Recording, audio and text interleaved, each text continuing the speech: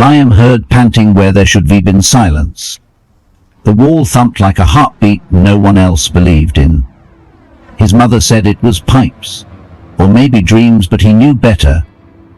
Somehow, sorrow had teeth, and hope had paws, and behind the drywall, something forgotten was still waiting to be loved. Part 1. The wall that breathed. The wall breathed again that night. 7-year-old Liam Carver sat up in his narrow cot, blanket clutched to his chest, ears straining. There it was, that soft panting, wet and rhythmic, just beneath the plaster like some ghost with lungs. He stared at the wall across the room, the one with the water stain that looked like a bent cross. The same wall where the sound always came from. He knew he was not dreaming. He never dreamed here. His mother did not believe him. "Liam, baby, it is just the pipes," she would said, brushing his curls back and smiling the way you do when you are trying to smile through something sharp. This building sold. Pipes sigh. Floors creak. It is nothing, honey. But pipes did not whimper. Pipes did not scratch. They would been in room 2B of the Riverside Family Shelter in Spokane, Washington, for 27 days. Liam counted with the little pencil stub he kept in a sock under his pillow. 1 line per day on a page torn from the back of a phone book. 27 uneven slashes. 27 dinners from a can. 27 nights of holding his breath when the hallway fights started. 27 times pretending he did not miss their apartment, even if it had mold in the closet and a toilet that flushed like a dying cow. They would have been evicted in April, just 2 months after his mom, Marissa Carver, lost her second job. Marissa was 29 and tired in places most people did not see. She wore scrubs with faded logos and rubber soles worn to the bone. She used to be a receptionist at an animal clinic and cleaned offices on weekends. But minimum wage jobs vanish faster than rent rises. And in February, the cleaning company went under. In March, the clinic shut down. By April 3rd, they were sitting on the sidewalk with 2 trash bags and a backpack between them. The shelter had rules. No pets. No guests. No cooking in the rooms. Curfew at 9, but nobody said anything about ghosts in the walls. That is what Liam first thought it was until the crying started. Not a person's cry. Not words. A soft, keening sound like a lost thing remembering it was alone. He pressed his ear to the wall that night. The drywall was cold and flaky beneath his cheek, and beneath it, breathing, real, desperate, alive. He told us, Jenkins, the building supervisor. She smiled politely and said they would just had plumbing work done in that wing. "You are a creative kid." She added, "Bet you will write books someday." He told the older boy down the hall, Jared, who flicked his ear and said, "You are a freak." Only his mom listened. But even she did not believe. "It is nothing, baby," she whispered one night as she tucked him in and kissed his forehead with lips that trembled. But Liam knew things grown-ups did not. He knew you could be forgotten and still be real. He knew that sometimes the world looked away from things it could not fix. That is why he noticed the wall. That is why the dog chose him. The shelter used to be a small hospital. Before that, a convent. Now it was a square, boxy place with dull green tiles and fluorescent lights that flickered when the weather turned. The walls were thick, the ceilings high, the air always smelled faintly of bleach and old bread.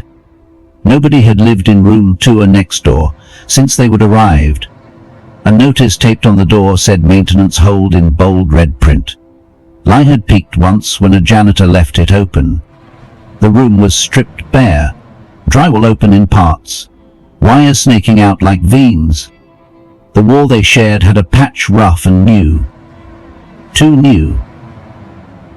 That night, Liam waited for the shelter to go quiet. When the last footsteps passed their door and the buzz of hallway lights dimmed, he slipped from his cot and crouched by the wall again. This time, he brought the flashlight keychain Miss Beth from the mission gave him last Christmas. He ran it over the surface, his heart pounding. The soft whining started up again. Muffled.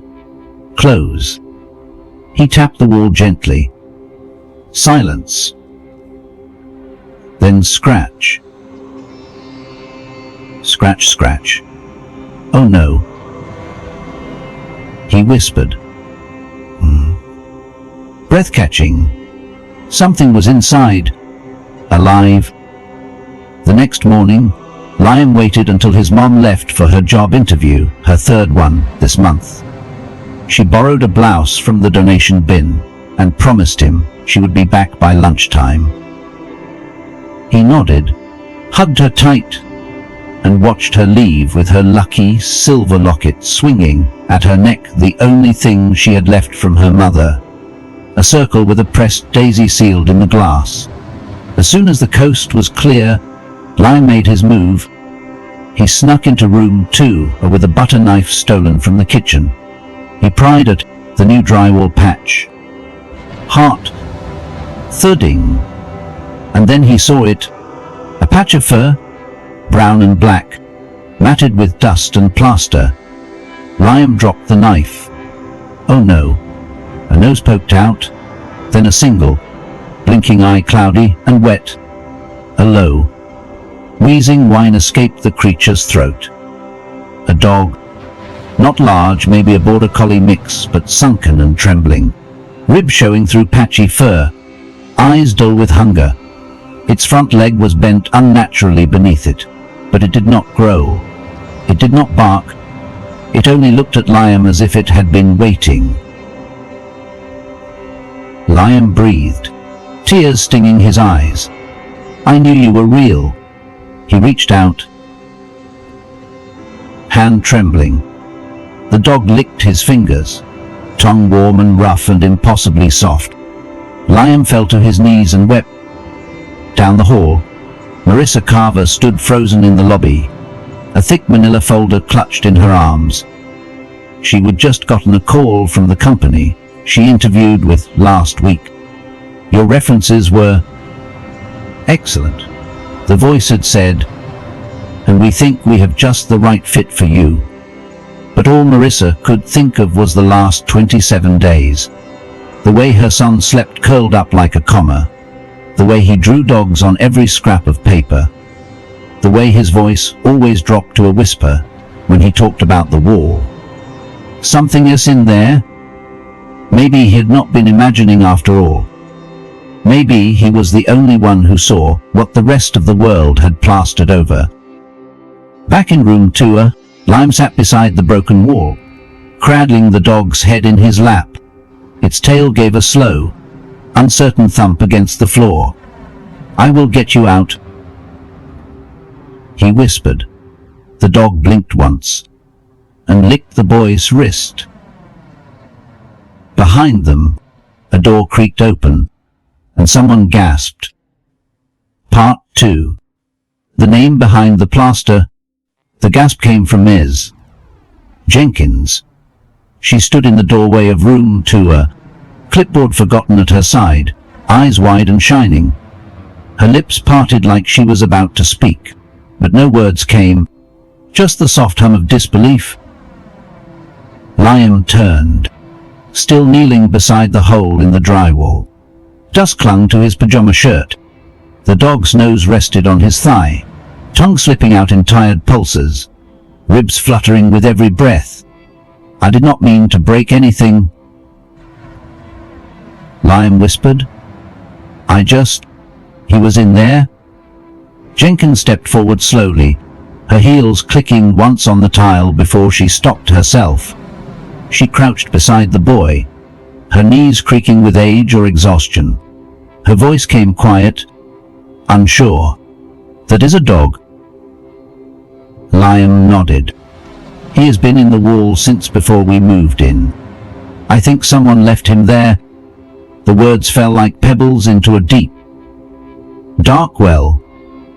Jenkins looked at the hole freshly cut, with flakes of plaster still clinging to the dog's fur. Her eyes moved across the gaunt frame, the twisted paw, the ragged breath. She reached out, hesitated, then touched the dog's head gently. It did not flinch. "I heard rumors," she murmured, "about a tenant. Last winter. Room? Guy had a dog, but he disappeared, left without a trace. We figured he took it.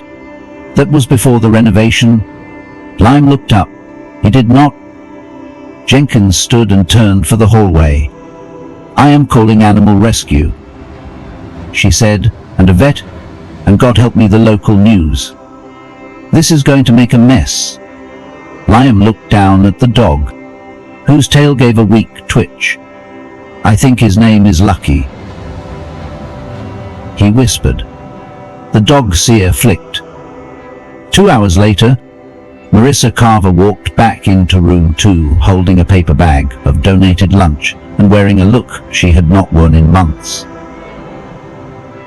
Cautious hope. She would gotten a second interview. The woman had even commented on her resume's adaptability under pressure. Marissa had nodded and smiled, even though her shoes were 2 sizes too small and her heart was still bruised from every "we will keep your application on file." She did not expect to find cows. The hallway buzzed. A maintenance man stood on a ladder outside their door, wiring something back into the wall. A volunteer rushed by holding a folded blanket.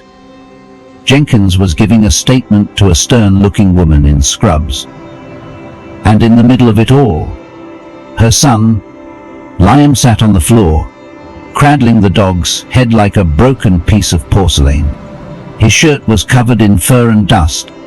His face was tear-streaked but glowing. The dog was still too thin, still too fragile, but its eyes no longer looked haunted. They looked home. "What?" Marissa began. Blinking, Lime looked up. "I found him. In the wall. I told you he was real." She dropped the bag. "Hold." The vet's name was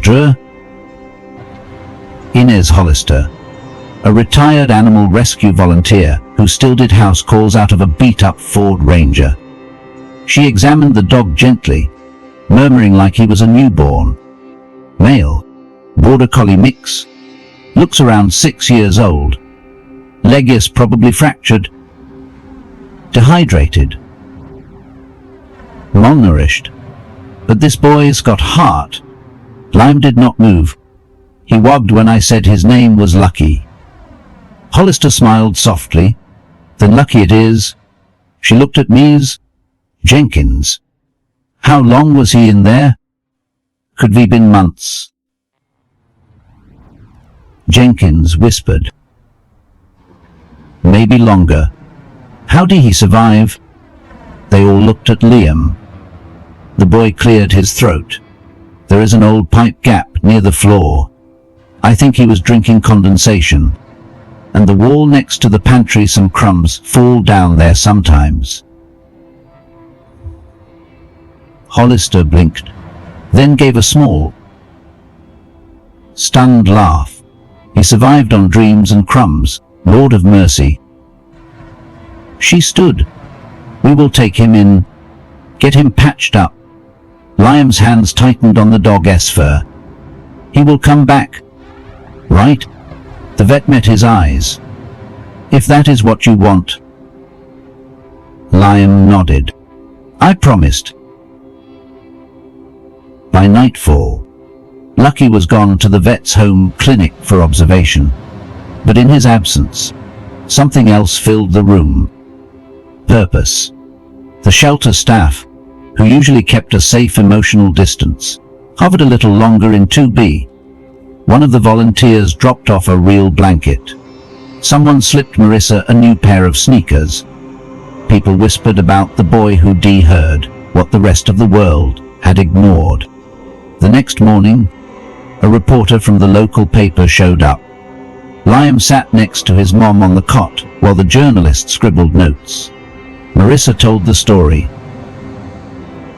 The eviction. The move. The shelter.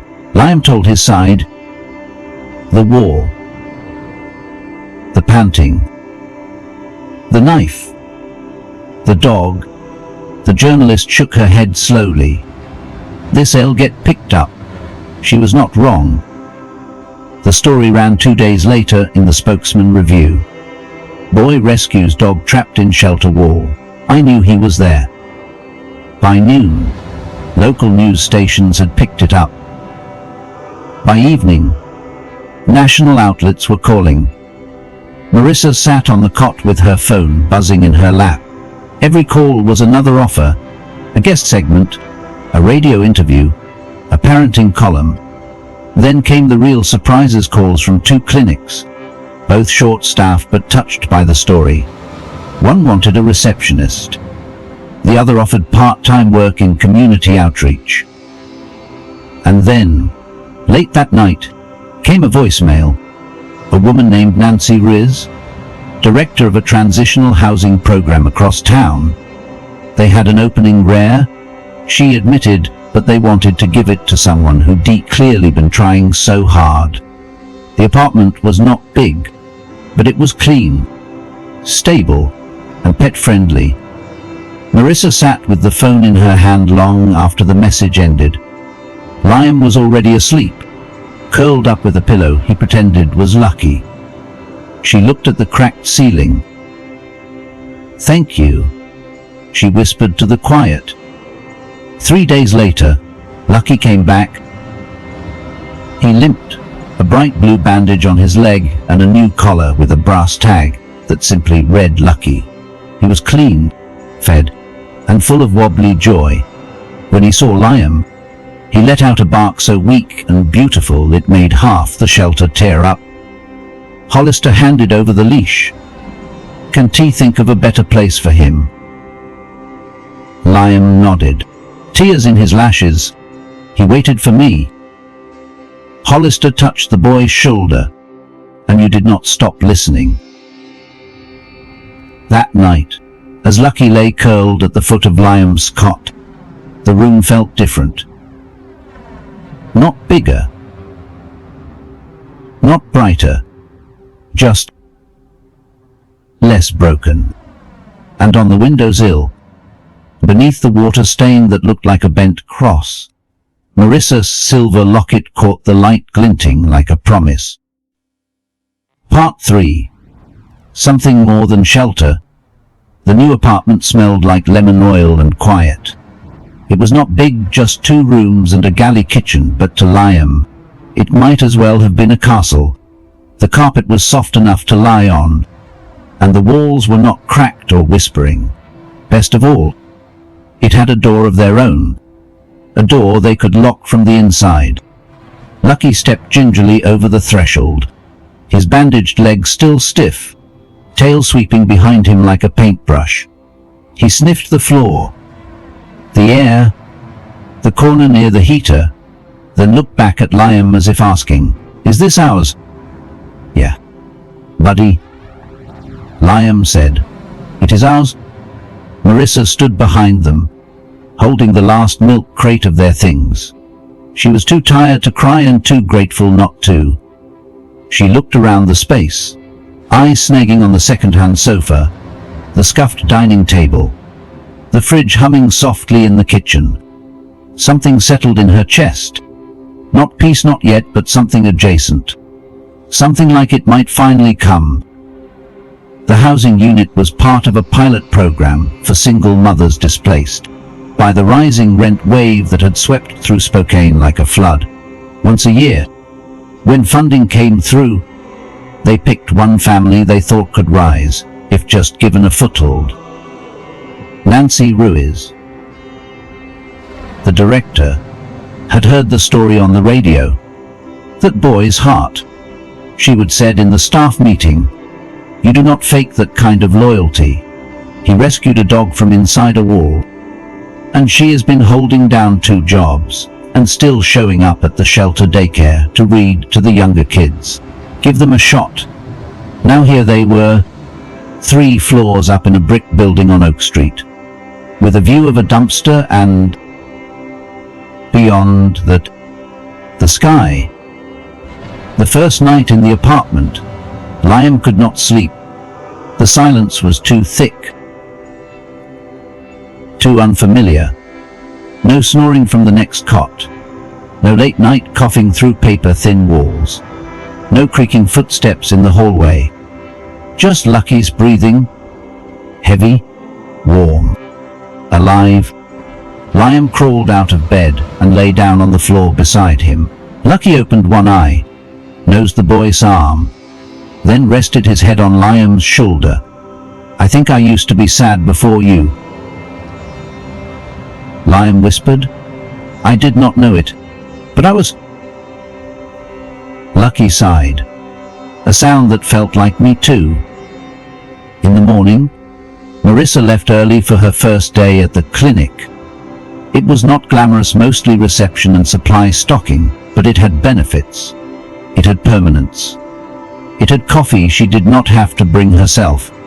Before she left, she tucked her silver locket under her shirt and knelt beside Liam's bed. Take care of him, she said softly. Liam nodded, still half asleep. We both know you are better at listening than the rest of us. They settled into a rhythm. Liam walked Lucky down the block every morning, his arm looped in the old leash jar. Hollister had left. People started recognizing them, the skinny boy with the miracle dog. A man at the corner store gave Liam free jerky. A crossing guard offered to sharpen his pencils for school. The world, it seemed, was leaning just a little closer, but some days, Liam still caught himself listening for walls that breathe. For hidden cries, he did not trust quiet anymore, not fully. One afternoon, Liam sat on the floor with Lucky's head in his lap, drawing in a notebook Mies Jenkins had given him as a goodbye gift. He sketched the shelter wall from memory. The cracks, the stains, the outline of a curled-up shape hidden just behind the plaster. He titled the drawing, Some Things You Can See Until You Listen. Lucky thumped his tail once.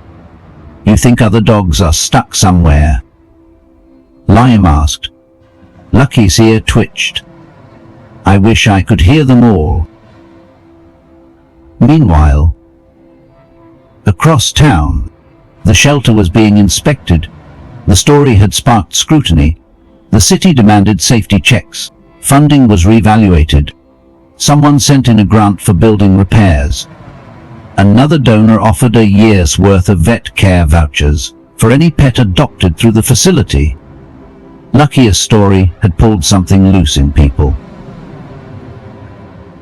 Something buried, something that had also been waiting, hidden in a wall. That Sunday, Hollister came by with a gift. It was an old collar, warm but sturdy, with a new name tag attached. Brass again, etched in neat block letters. Lucky found, returned to Liam Carver. Liam held it like treasure. You have done something big, kid, she said, ruffling his hair.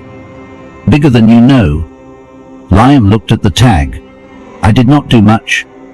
You did everything, she replied. You heard him. Marissa stood in the kitchen doorway, holding a coffee mug and watching them with a look she had not worn in years, something like pride, unbent by exhaustion. That night, Lucky slept curled at Lima's feet, bandage finally gone, coat beginning to thicken again. Marissa read from a library book on the couch, legs tucked under her.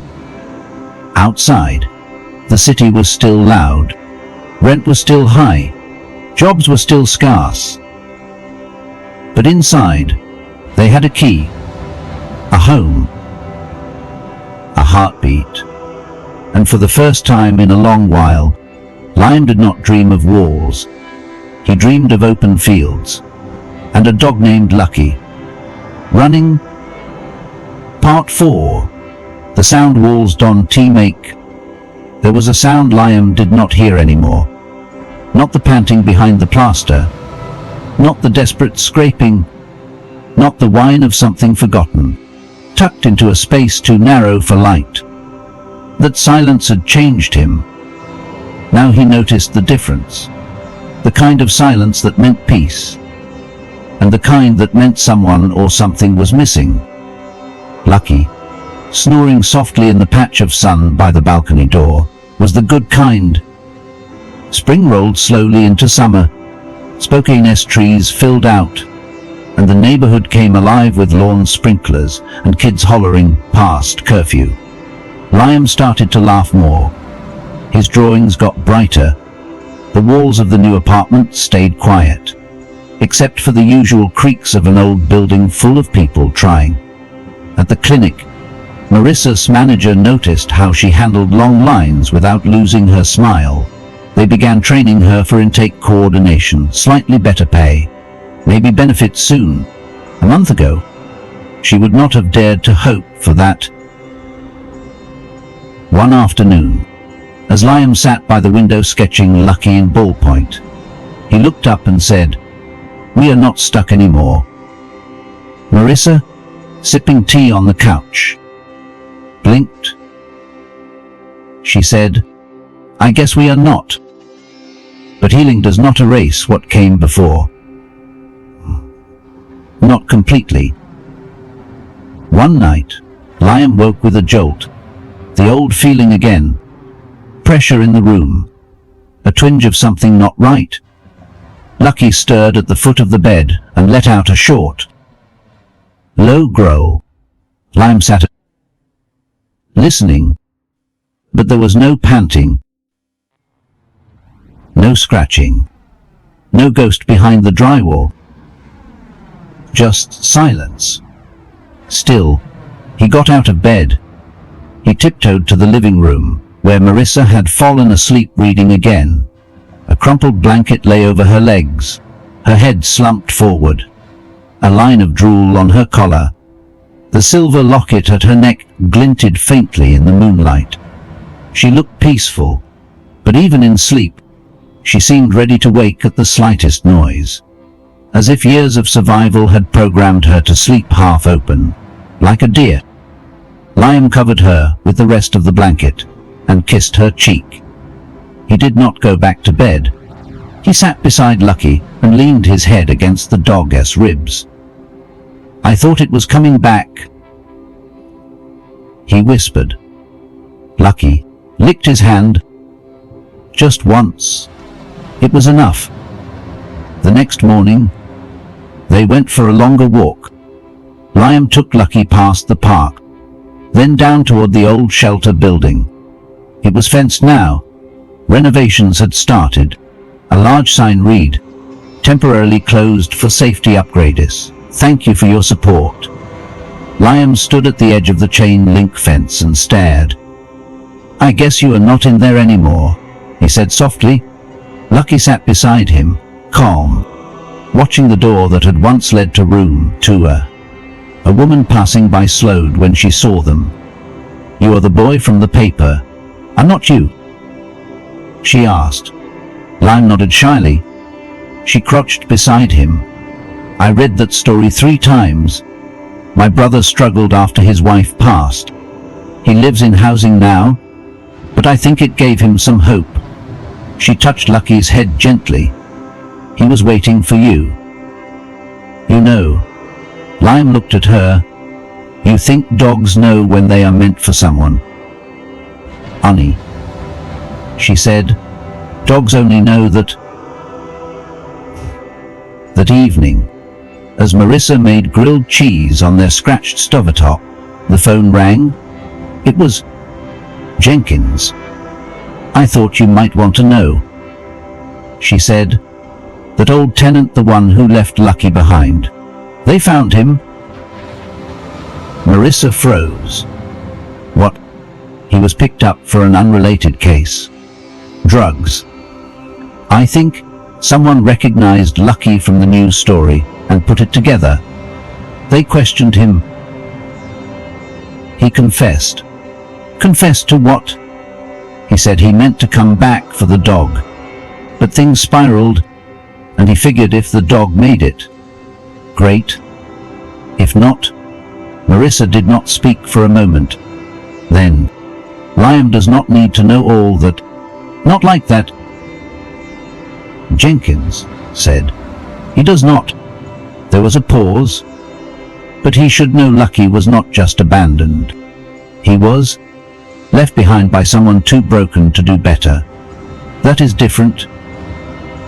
Not better, but different." That night, Marissa sat on Liam's bed, Lucky curled between them like a comma in a sentence. "I have something to tell you," she said.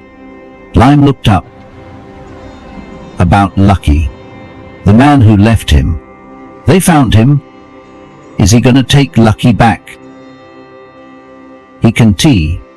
Is he bad?" Marissa sighed. "I think he was lost. The way people get when they stop believing someone else coming for them." Liam nodded. "Like Lucky." Marissa smiled. "Maybe like all of us. A little." They sat in silence, each stroking Lucky's fur. "Do you think?" Liam whispered. "Lucky forgives him." "I think Lucky already did," she said. "He had to." Liam looked at his dog, who blinked up at him with eyes that did not seem to hold anger. "Then I will too." Later, Liam tucked his notebook under his pillow. On the page, a new drawing, a cracked wall, sunlight coming through, a boy kneeling, a dog curled in the shadows, and scrawled across the bottom in shaky, lowercase letters. "Some walls breathe so you will listen. Some dogs wait so you will come." Part 5. The sound of keys turning. The key to their apartment was gold-colored, and just a little too sharp at the edges. Every time Liam turned it in the lock, he felt something a shift deep inside. Like an anchor settling. The click was not loud, but it was final in a way that made him feel safe. Like the world on the other side could not reach them without asking. He turned it now, locking the door behind him, and slipped the key into his front pocket. Lucky padded beside him, leash slack, tail brushing Liam's leg as they walked down the narrow hallway toward the stairs. Marissa had left early again, weekend shift at the clinic. Liam did mind. Saturdays belonged to him and Lucky. They had a ritual now. First the park, then the food truck by the river that always had a biscuit for Lucky. Then maybe a used bookstore where the owner let dogs come inside as long as they are better behaved than the customers. But this morning, something else tugged at Liam's attention. He turned right instead of left. Lucky followed without hesitation. The old shelter was still under construction. Workers in dusty overalls stood by a pile of sheetrock, arguing about foundation issues. The chain-link fence still surrounded the lot, but someone had left a gap near the corner wide enough for a boy and a dog. Liam ducked through it, heart beating fast. He did not know why he came. Maybe it was the quiet. Maybe he needed to hear what it did not sound like now. The inside of the shelter was stripped to its bones.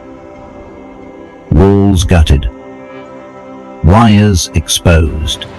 The smell of fresh plaster and old mildew hanging in the air like a half-remembered song. Liam stepped into the hollow space where room 2 used to be. The drywall was gone. The gap in the wall had been patched, then cut open again by contractors. Someone had marked the studs with red chalk.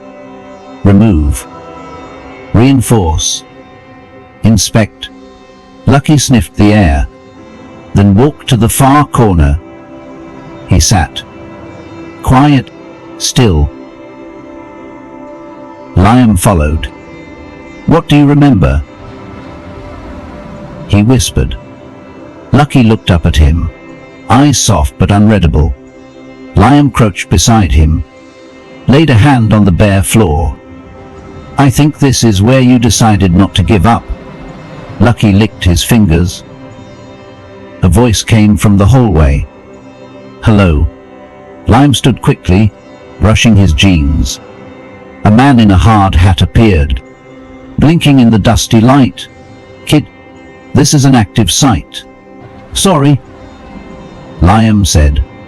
I just used to live here. The man looked at Lucky. Wait, that your dog? The one from the news? Liam nodded. The man whistled. I remember the story. They told us to be extra careful tearing this section down. Said it mattered. He walked to a toolbox and pulled something out, a piece of drywall about the size of a notebook. There, faint but visible, was a child's crayon drawing. A dog, a boy, a crooked heart between them. We found this tucked behind the insulation. He said, Maybe yours. Liam took it gently. I did not draw it, he said, but I think I understand it. Later that afternoon, Liam and Lucky sat by the river, the drywall piece laid across Liam's knees like a tablet from a forgotten time. The edges were brittle, the colors were faded, but the message felt fresh. Love hides. Hope waits, even in the walls. When they got home, Marissa was on the couch with a letter in her lap. Liam dropped his backpack and hung Lucky's leash on the hook. She looked up, eyes wide and shining. What is it? He asked. She held up the letter. We got accepted into the community grant program. Rent, assistance, grocery stipend, and her voice cracked. They approved me for full time, starting next month. Liam blinked. What does that mean? Marissa smiled, tears slipping down her cheeks. It means we are not just renting, we are staying. Liam stood frozen. Lucky wagged his tail once and leaned into the boyish leg. Marissa opened her arms. Liam ran into them. The three of them stood in the middle of their tiny apartment, held together not by walls, but by the keys they now knew how to turn, and the hearts that finally had something worth unlocking. That night, Liam placed the crayon-drawn drywall piece on his nightstand. He stared at it in the dim light for a long time. We did not find you, he whispered. You waited for us? Lucky sighed from the foot of the bed, and this time, the wall said nothing. Not because no one was listening, but because nothing was trapped anymore. Part 6. Waiting rooms and welcome mats. The welcome mat outside their apartment was cheap, rubber-backed, and printed with faded daisies. It was not much, but Liam liked to think it meant something. For so long, there had been no door to welcome people through, no space to claim, no soft place to land. Now there was a mat, a threshold, a home. Lucky seemed to understand it too. Every morning, he would pause just before stepping inside, glance back at the hallway like he was making sure the world had not changed again. Then he would cross over, tail wagging low and slow. Marissa had started leaving early for the clinic again, now full-time. Her scrubs were a little brighter, her eyes a little less clouded. She even started humming in the kitchen, sometimes without realizing it. On Wednesdays, she brought home a wrapped sandwich from the staff fridge. Too many ordered, she would say, placing it on the table like it was a gift. Someone's got to eat it. Liam always split it with Lucky. One bite for him, one for the dog, one more for whoever had left the extra behind. Kindness is a kind of invitation, Marissa had said once, even if it is quiet. One day, Liam brought home a flyer from school. It was a writing contest. My hero open to all elementary grades. Winner would get a $100 bookstore gift card and be published in the local paper. Liam showed it to Marissa that night. You should do it, she said. I mean, if you want to. Liam stared at the flyer. What if my hero's not a person? Marissa tilted her head. Even better. That weekend, Liam sat at the kitchen table with a pencil and a notebook. Lucky lay at his feet, head resting on Liam's sock. He stared at the blank page for a long time. Then he began. My hero lived behind a wall. Not because he wanted to, but because someone put him there and never came back. He did not bark or scream or break things. He just waited until I found, or maybe he found me. He paused, tapped the pencil against his lip. People think heroes save lives, but sometimes they just show you where the door is. And sometimes they are the door. He underlined that last sentence, then smiled. At the shelter, renovations neared completion. The drywall was replaced, the foundation sealed, the hallways painted a color called Gentle Oat. A new plaque was installed just outside room 2, in honor of the boy who listened and the dog who waited. Someone left a collar beneath it. Someone else left a leash, looped gently into the shape of a heart. 2 weeks later, Liam won the writing contest. The local paper ran his story under the title The Dog Behind the Wall. The editors left it mostly untouched, save for spelling and punctuation. They kept the line about doors. Letters came in,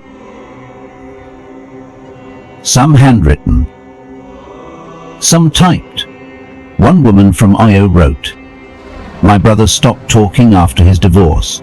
Then he read your story. Now he takes in foster dogs. Thank you," a man from Oregon said. "We grew up hiding from our dad behind a broken wall. I did not know how to talk about it until now." Marissa read each letter aloud. Voice catching. Eyes wet. Liam did not quite know what to say. He did not think he would done anything brave. He would just listened. The bookstore card came in the mail.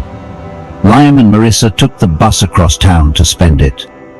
He picked out 2 dog books, a journal, and a hardcover copy of Where the Red Fern Grows, which made him cry just reading the back.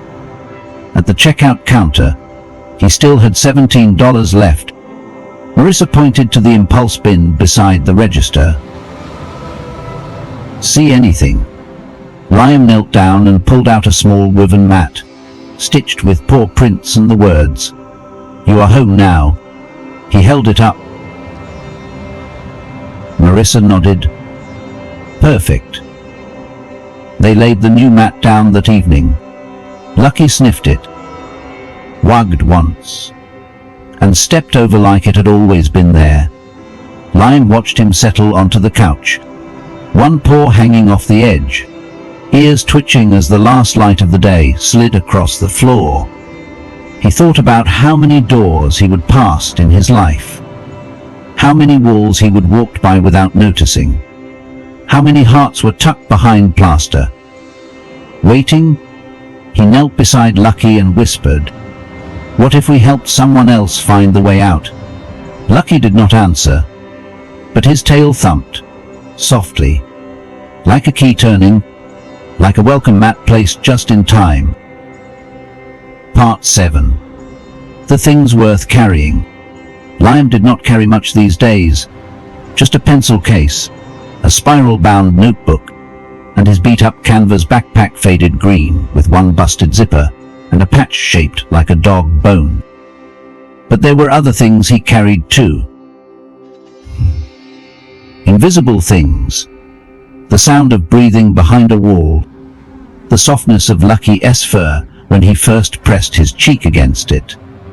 The moment his mom's shoulders dropped, just a little, when they got the apartment keys. These were not burdens. They were anchors, things worth carrying. It was Marissa's idea to volunteer. There is a new program at the community center, she said one morning, flipping pancakes with Lucky parked faithfully at her feet. After school stuff. Kids who do not have anywhere to go until their folks get off work. Liam looked up from his cereal. Like us? Marissa smiled. Exactly like us. So on Thursdays, they went together. Liam sat with the younger kids, helping with picture books and glue sticks, while Marissa sorted snacks and fielded questions from exhausted parents. And Lucky certified now as an emotional support animal thanks to Dre. Hollister came too. He lay in the reading corner, a calming, lopsided presence with his one crooked ear and that wise, knowing face. Children who did not speak much suddenly whispered secrets into his fur. One boy, Jonah, age 6, refused to come inside for the first 3 visits. He just stood by the door, hands shoved in his coat pockets, eyes suspicious, until Lucky walked over quiet and patient and sat beside him. Back straight, tail still. Jonah looked at the dog, then at Liam. Does he bite? Nope, Liam said, but he listens real good. Jonah nodded once, knelt down, and wrapped his arms around Lucky's neck like it was the most natural thing in the world. Later that night, Liam wrote in his notebook, "Sometimes you do not need someone to talk. You just need them to wait beside you until the silence gets softer." At school, Liam's teacher, Ralston, pulled him aside after class. "I read your story," she said. "The one that was in the paper." Liam shuffled his feet. "It was honest." She continued, "Not every kid writes like that." Liam shrugged. "I did not think it was special." She crouched to meet his eyes. "Telling the truth when it hurts is the most special thing you can do." Then she handed him a small manila envelope. "What is this?" "Scholarship application. Summer writing camp. They are holding spots for a few local kids. I think you would love it." Liam's hands trembled slightly as he took the envelope. "I will ask my mom." Ralston smiled. "I already did." That evening, Marissa read the details aloud. Silver Pines Young Writers Camp, Julie session, tuition waived. "Only catch," she said, "it is 2 hours away, week-long overnight." Liam looked at Lucky, sprawled out on the living room rug. "I do not know." Marissa set the papers down gently. "You have done a lot of brave things this year, Liam. You do not have to go. But if you want to, if you feel that tug, you have earned it." He did not answer right away, but that night, he dreamed of open woods and notebooks filled with stories. And Lucky, somehow trotting beside him, even through the trees. The next morning, Liam held up his crayon, drawing the one found behind the wall. "Will you keep this while I am gone?" he asked Lucky. The dog nosed the page, then blinked in solemn approval. Liam tucked it carefully under Lucky's bed cushion, beside the chewed rope toy and a small plastic figurine of a fire hydrant. "Okay," he whispered. "Then I will go." A week later, they stood at the bus station. Marissa had packed his bag with care. Extra socks, pencils, a windbreaker with his name written on the inside tag. "I will be okay," Liam said. "I know," she replied. He reached into his hoodie pocket and pulled out a printout of Lucky sleeping, his chin on Liam's sneaker. "Just in case I forget what brave looks like." Marissa did not cry until the bus pulled away. But Lucky, sitting beside her, let out a long sigh as if he understood everything that had just changed. At Silver Pines, Liam wrote stories every day, not just about dogs or shelters or broken walls. He wrote about shadows that whispered and trees that remembered, about boys who built homes from found objects and girls who listened to the wind. And in each story, even when he did not mean to, something waited quietly, patient and loyal in the background. A figure with fur, a shape with breath, a dog. When the bus returned a week later, Lucky nearly knocked Liam over in the station parking lot. Liam dropped his bag, laughing, as Lucky circled him, nose pressed to his hoodie, tail alert. "You did not forget," Liam whispered. He turned to Marissa, who hugged him tight.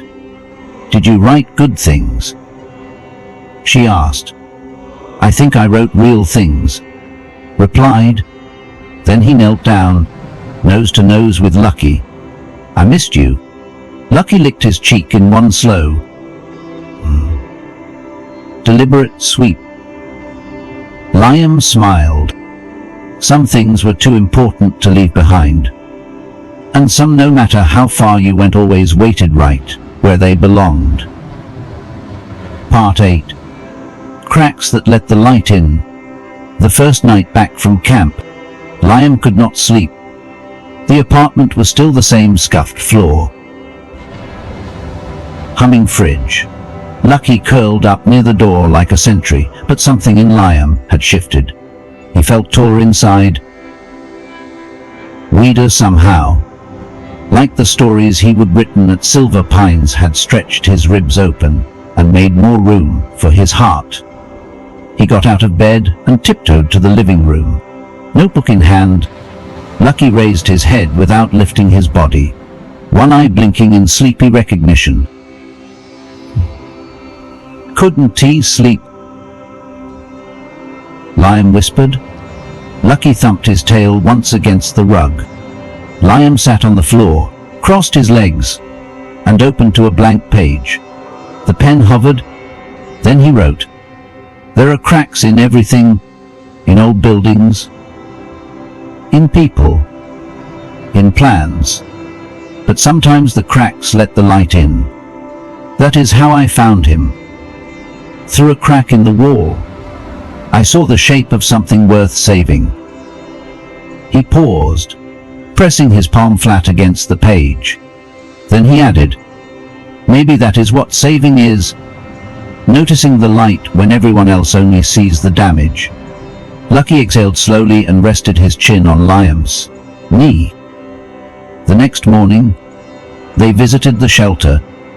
It had reopened quietly the week before. New staff, a fresh coat of paint, the same sign above the entrance. Riverside Transitional Housing, no one left behind. Marissa had brought muffins and a thermos of coffee for the staff. Liam brought Lucky, on a new leash with Liam's own name and number printed in bold ink. Jenkins was not there anymore. She had taken a job at a different non-profit, but one of the new supervisors came to the door and smiled wide. "I know you, She said to Liam, "You are the boy with the wall dog." Liam grinned. "His name is Lucky." "Fitting," she said, kneeling down to stroke Lucky's head. "I think we owe him more than a few thanks." Inside, room 2 had been turned into a quiet space. There were bean bags, shelves of books, a sound machine in the corner. On wall, laminated in a frame, hung Liam's contest story. A plaque below it read, "Dedicated to every heart that waited to be heard." Liam ran his fingers across the frame. "Can people sit in here?" he asked. The supervisor nodded. "Especially when they need to breathe." He turned to Lucky. "You would like that, huh?" Lucky gave a soft huff, as if in agreement. On the walk home, they passed a man sitting on the curb near the bus stop. His jacket was too big, and his beard was tangled. He was staring down at his hands like he would forgotten how they worked. Lucky stopped. The man looked up, startled. "Hey there," he said, voice gravelly. "Nice dog." Liam smiled. "He is good at finding people." The man raised an eyebrow. "That so?" Liam nodded. "He found me when I was behind a wall." The man blinked slowly. "You." Liam knelt and held Lucky's leash gently, letting the dog inch forward and sniff the man's shoe. "My mom works nearby," Liam said. "She helps people find a place to stay." "You hungry?" The man hesitated. "Yeah," he said finally. "I guess I am." Liam reached into his bag and handed over half a peanut butter sandwich wrapped in wax paper. The man took it like a gift. Lucky sat quietly beside him. They did not say much after that, just sat together on the curb for a while. Liam did not ask questions. He just waited, like Lucky had. That evening, as the sun dipped behind the apartment buildings and the windows caught the last golden light, Marissa asked Liam about the man at the bus stop. He said he would had a dog once. Liam replied, but it ran away when he lost his house. Marissa nodded. "Sometimes people run too," she said softly, "even when they do not mean to." Liam was quiet for a moment. "Do you think it is too late for him?" Marissa set down her tea and looked at him. "It is only too late if no one's listening." Later, Liam folded a clean sheet of paper and slipped it into his notebook. On the outside, he wrote, "If you are still waiting, we see you. If no one's heard you, we are listening." He did not know what he would do with it yet, but he knew it needed to exist. Somewhere. For someone. That night, as Lucky dozed at his feet, Liam opened his bedroom window and listened to the city breathe.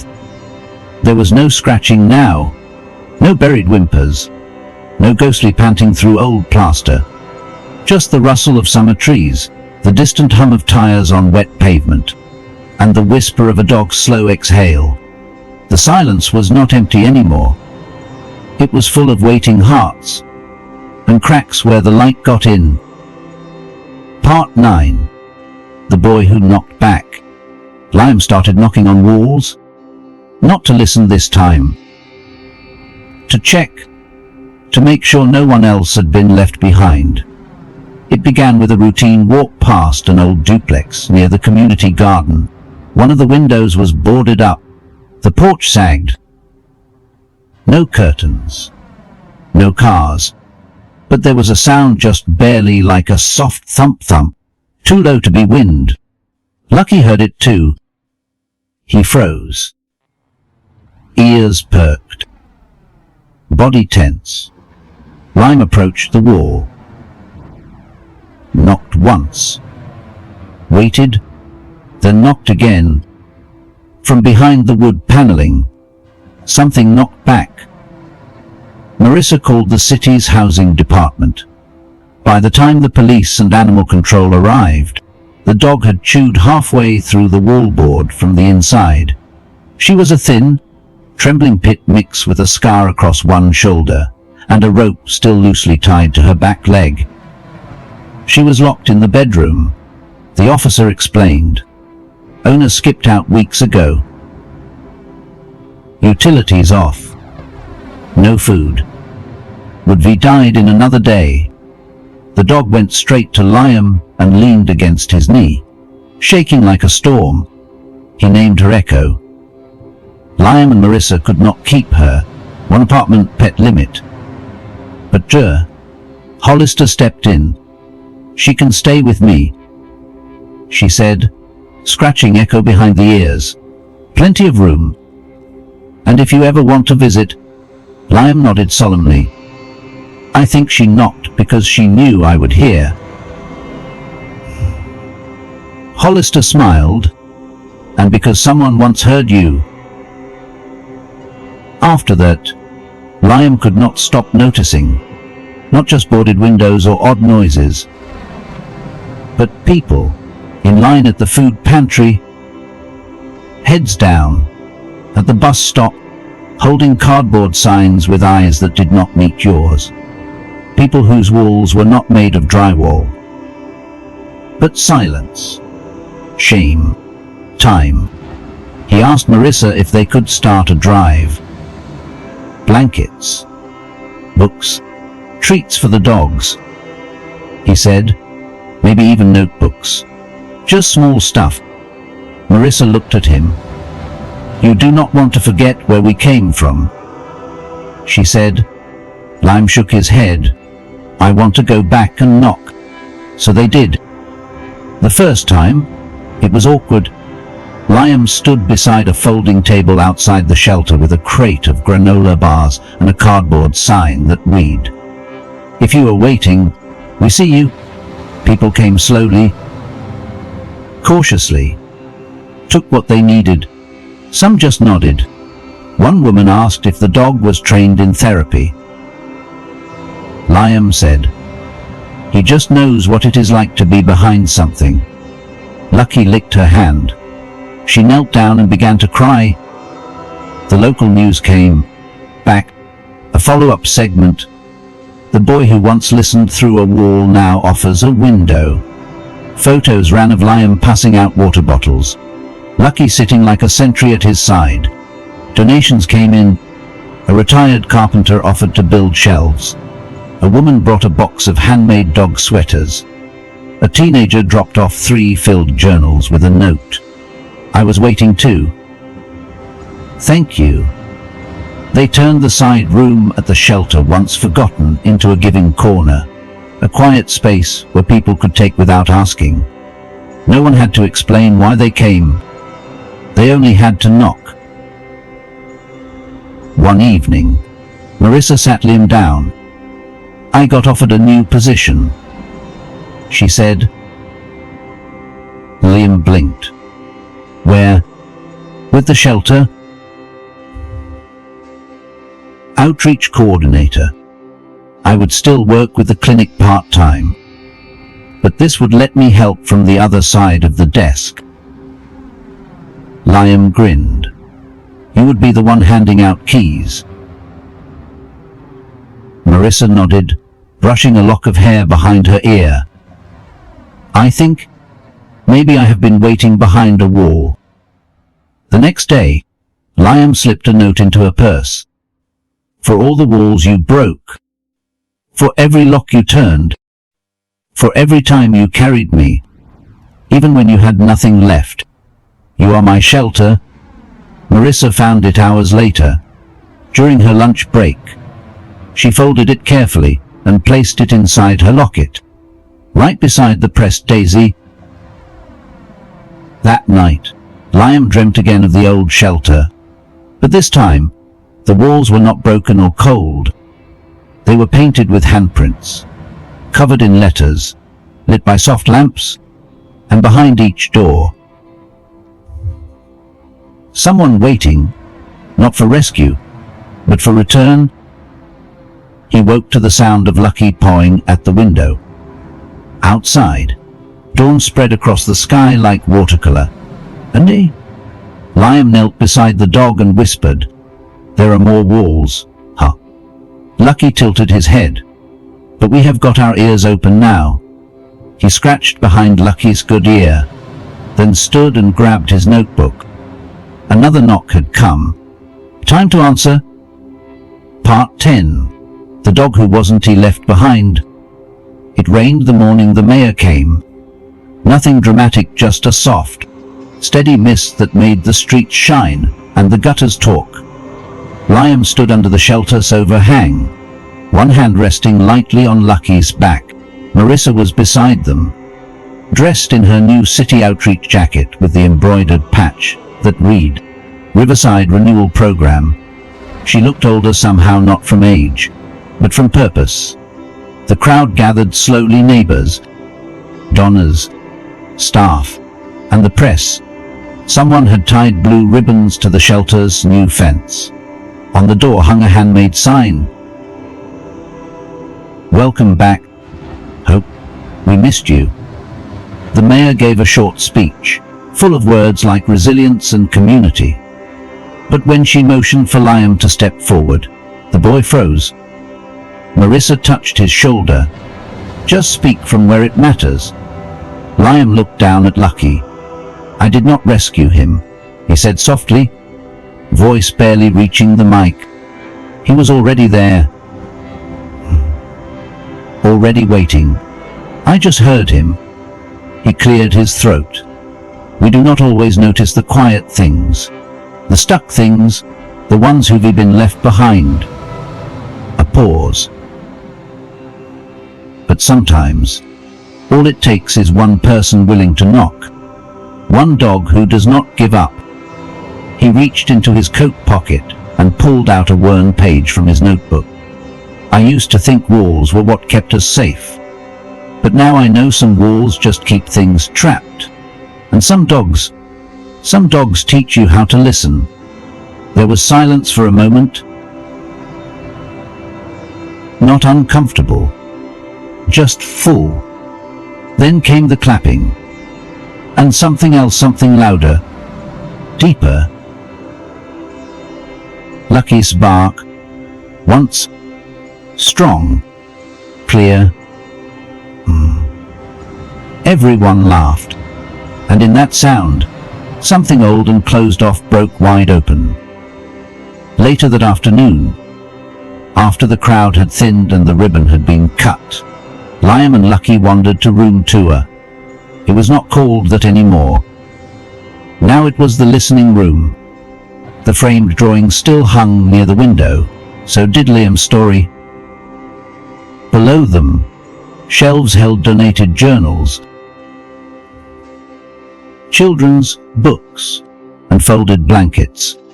A sign above it all read, "Take what you need, leave what you can, everyone is welcome."